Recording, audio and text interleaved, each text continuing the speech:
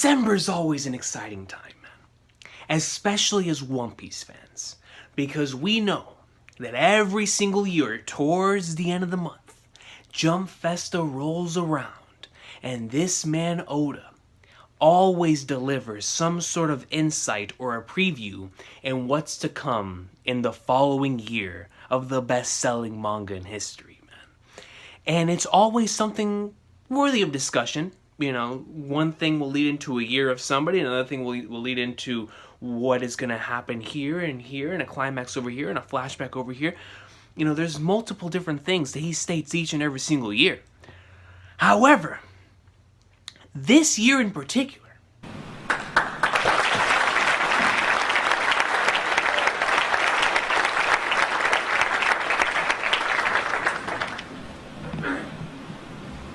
Shanks.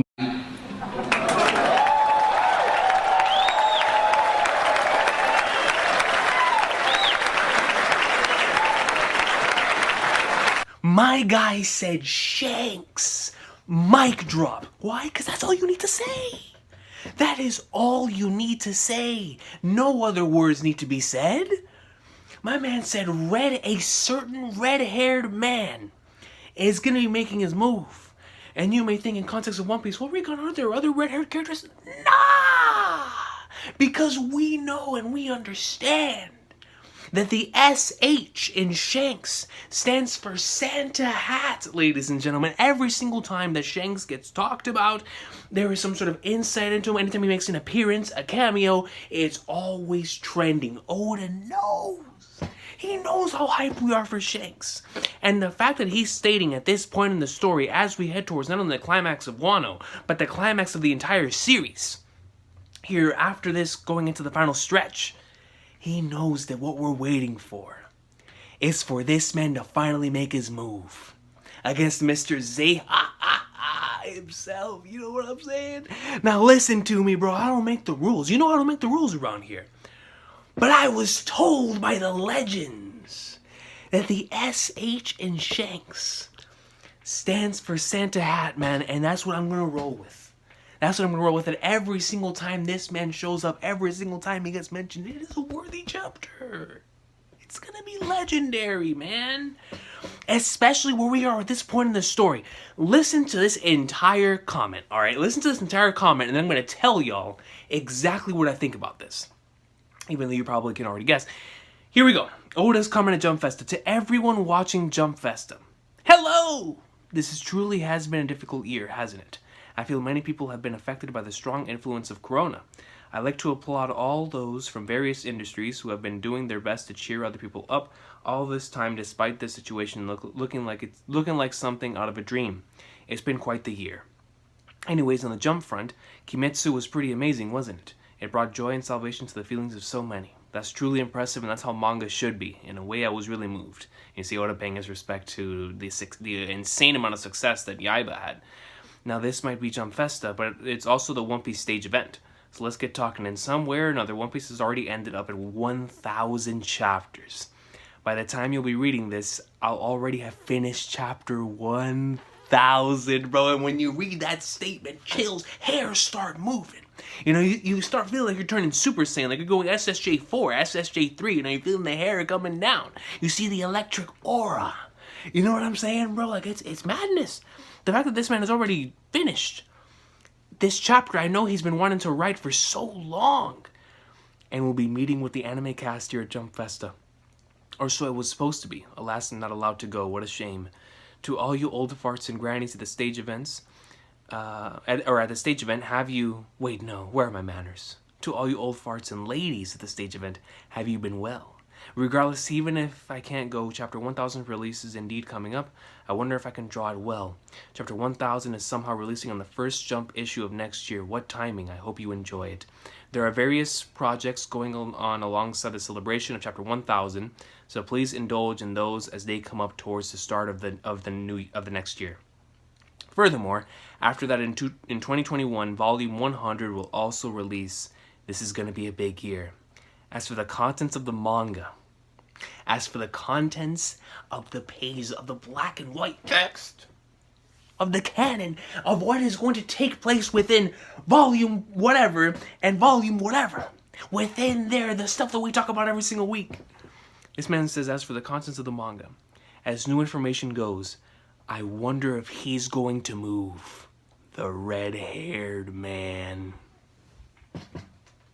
I wonder if he's going to move the red-haired man. As always, the story is pushing towards its finale. Take your time to enjoy yourselves this next year. Now listen to me, son.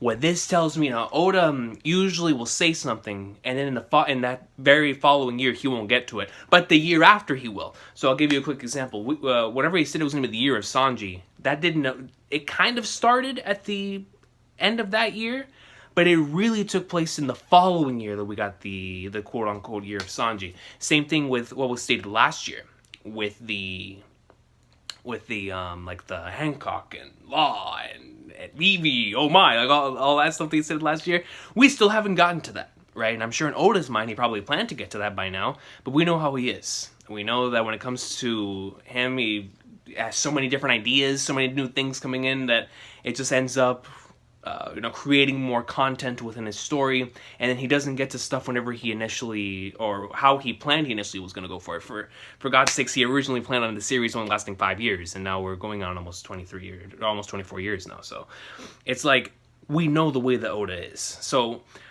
the way I look at this is that either Oda is telling us that at the end of Act 3, we're going to start seeing some movement from the main man himself. Now, I'm going to tell you all right now, bro.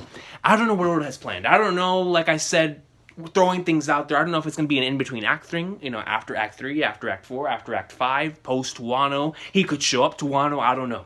But what I'm going to tell y'all is that I have said since the very moment that I created this channel, right, that the number one fight, the number one battle that I have been looking forward to see my entire time as a One Piece fan, more so after I watched Marineford in the anime, was without question Shanks versus Blackbeard, bro. Those are two characters that when they're in chapters, it's an automatic 40 out of 10. You know what I'm saying? Like, those two, and Roger, any chapter with them is legendary. I don't give a flying flatters what is within the text, don't matter. The moment I see their faces, GOAT chapter. Just the way it rolls around here, man. We're extremely biased around these parts. But in terms of Shanks and Blackbeard, if this is going to be his move, we know that Shanks has been moving throughout the entire Reverie.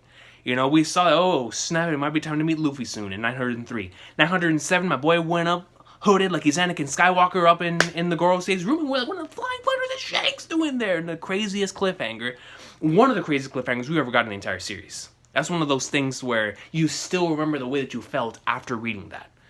Go watch that Uzumaki-con reaction. That's exactly how all of us felt. You know what I'm saying? But it's like, man, the fact that it's going to be possible for us to see Shanks versus or Shanks making his move toward Blackbeard, or making his move toward Big Mom and Kaido, or making his move toward whatever. The fact that Shanks and the red-haired pirates are going to be moving soon. The fact that we're going to see the red flowing hair, the Akagami no Shanksu, Lucky Roo, Ben Beckman, the monkey.